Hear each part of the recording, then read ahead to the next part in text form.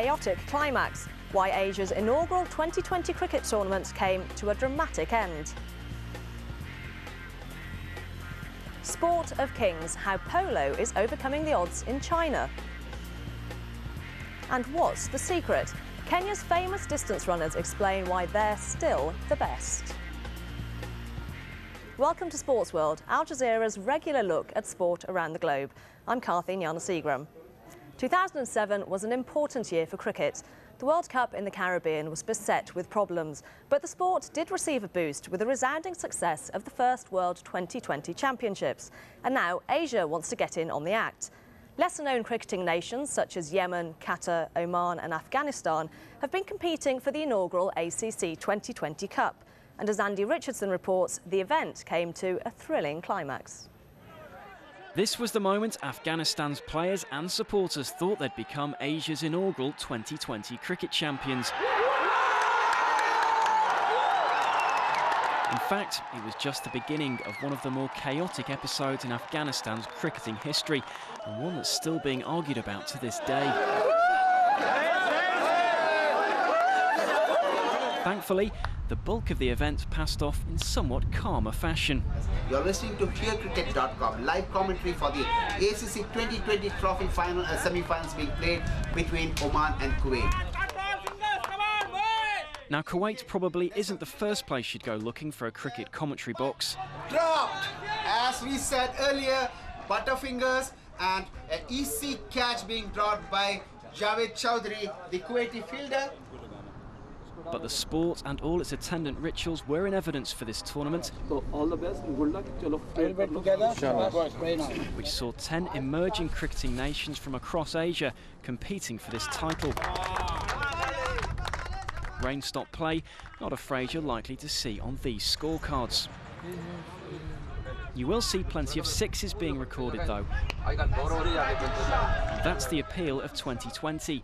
Non-stop action crammed into a short playing time. The 2020 format appeals to the youth, it appeals to older guys like myself, it appeals to children. It's a family outing. The whole family becomes part of the game. You see the excitement and you become part of it. Cricket is about enjoyment. You need to enjoy it. Realistically, none of the countries playing at this tournament are suddenly going to jump up and start playing test match cricket. But the Asian Cricket Council believes the 2020 format offers these teams the best chance to make some sort of international impact and will also encourage more young people to take up the game. The 2010 Asian Games will see cricket played for the first time, and it's the 2020 format we'll be seeing. In 1992, Mohammad Iqbal Sikandar was winning the Cricket World Cup with Pakistan. He now works as a development coach throughout Asia and sees 2020 as being central to the sport's growth in the region. 2020, I think, would be the ideal thing to take it to the locals, where you can just work all day, finish work at 5, start cricket at 7, finish by 10:30. So this is, I think, is going to be very, very popular, and instead of getting worried, I'm more happy to see cricket getting more and more popular. Afghanistan are one team who've definitely embraced 2020. While most of the teams competing in Kuwait were reliant on expatriate players, Afghanistan has its own distinct cricketing heritage. The story began during the Soviet-Afghan War of the 1980s and is one close to the heart of the current chairman of the Pakistan Cricket Board. There were 3 million refugees, Afghan refugees in Pakistan, and they were all in the refugee camps. 70% were in the northwest frontier province. And a generation was born there and raised, and that's where they picked up their cricket. And I'm glad to see that, they took it with them to Afghanistan. It's very heartening to see that the entire Afghan team are indigenous Afghanis and not expats. So I think at least their time spent in Pakistan in that respect was something that led to some good, and cricket benefited. Afghanistan are now one of the fastest improving teams in world cricket. Despite the current instability back home, an academy is up and running in Kabul, and several of their best players have been taken on by first-class teams in Sri Lanka and Pakistan. Cricket is, for the last 5 years, cricket is really exploded in Afghanistan, and all the youths are love to play this game. So that's the cause that we have a good talented teams, not only the national side, but we have a very good age group teams as well. In the history of Afghan sports, this is the first time that Afghanistan team beating the other countries. They're certainly a team that knows how to celebrate. This was how they marked their semi-final win against the United Arab Emirates. And such has been their progress, qualification for the 2011 World Cup is now a realistic possibility. If the first we get place with international teams, then I think we will try to remain our place there and to beat everybody. So if we go there, this is the dream of all Afghans. ICC has been there for the last 98 years, and in that period we only have 10 full members. When you look at the other codes, they have got more. We have to make sure that Test cricket filters down to the other areas. Now to that final, where Afghanistan were up against Oman, another team full of expatriate players. It seemed every Afghan living in Kuwait had heard about the match, and even the ICC president was taking his turn in the commentary box. It has done a lot of good for cricket. He watched Afghanistan bat first and score 151 in their 20 overs. Defeat wasn't being contemplated on the boundary edge. But Oman looked on course to spoil Afghanistan's day as they edged ever closer to that total. A nerve-twisting finale was on its way. With one ball left, Oman required a single run to tie the scores and 2 to win. Now at this point, just about everyone thought the Afghan wicketkeeper had stumped out the Omani batsman to win the title for his country. But amid the chaos of celebration, some official forehead wrinkling had begun. Suddenly, the result was in doubt. OK, so this is the situation. Everybody thought Afghanistan had won. In fact, that stumping hadn't been made. The batsman crossed, the scores finished level, so it's a tie. Now, technically, there should be a bowl out, which means both teams have 5 deliveries each at the stumps, but that would involve clearing the pitch, and at the moment we have thousands of fans on the pitch, and no one quite knows what's going to happen next. The players did their best, but clearing the pitch simply wasn't an option. So after more forelock tugging, it was decided to try and organise the bowl-out, cricket's version of a penalty shootout, on a neighbouring ground. Is it not better to go back there? But with daylight fading, it was then deemed that conditions were no longer playable. The match was declared a tie. Oman and Afghanistan were joint champions.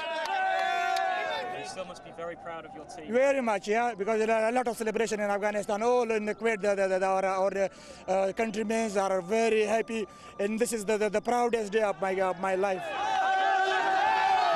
The trophy did make a brief appearance before disappearing into the gloom. A manic day had reached a suitably frenzied conclusion. Andy Richardson, Al Jazeera, Kuwait.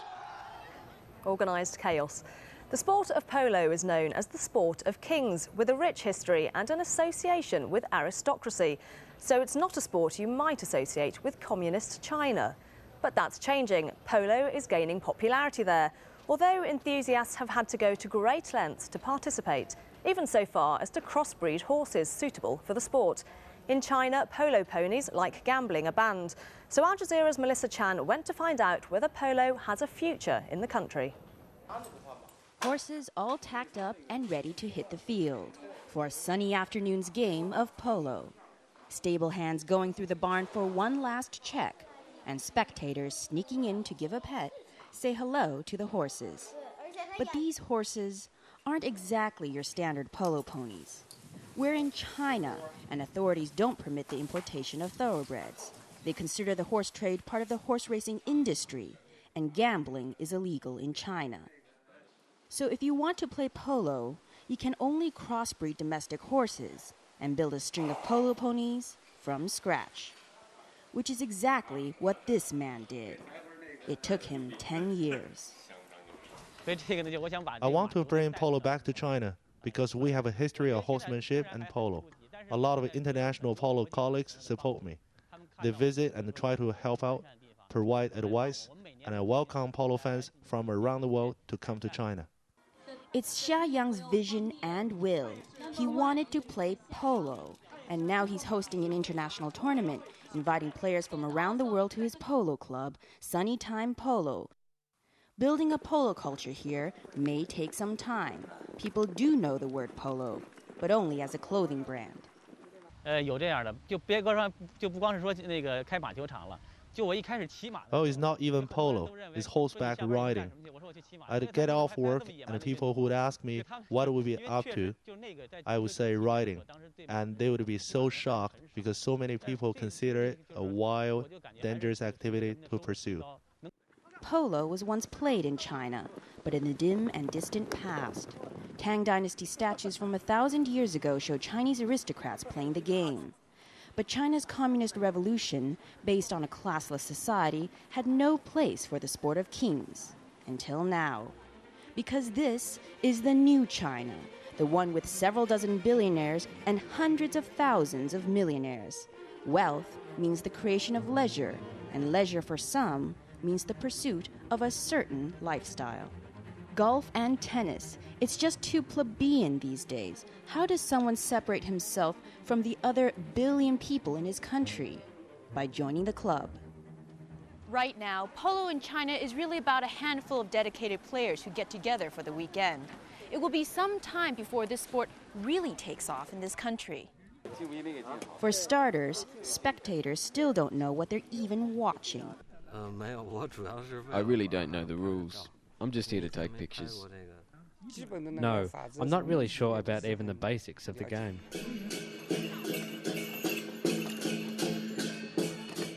Yes, it's definitely polo, but with Chinese characteristics. This is the halftime show. No stomping of the divots for this crowd. But soon, enthusiasts here hope, more people will sign on, both to watch and play. I hope more Chinese will learn how to play polo and that this sport will take off in the country. Until then, the Chinese team will have to depend on games like these, with players around the world, to spread the word.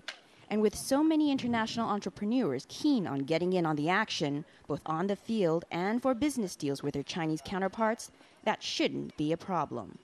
We go all over the world to play, and what better place than China? And hopefully, as a result of this and other events that we plan to have for next year, the Chinese authorities and the Chinese youth and the Chinese people will be inspired and will take up the sport that they created for us. And as the sun sets over the final minutes of the match, it's a tie between the home team and the international team. Not bad for Team China, if players who couldn't even trot a horse a few years before managed to hold their own. Then polo has a promising future in this country, perhaps a future to match the sport's past. Melissa Chan, Al Jazeera, Beijing. As ever, you can keep up to date with all the latest sports news on our website, aljazeera.net/English. Stay with Sportsworld because coming up, Kenya's famous distance runners explain why they're still the best.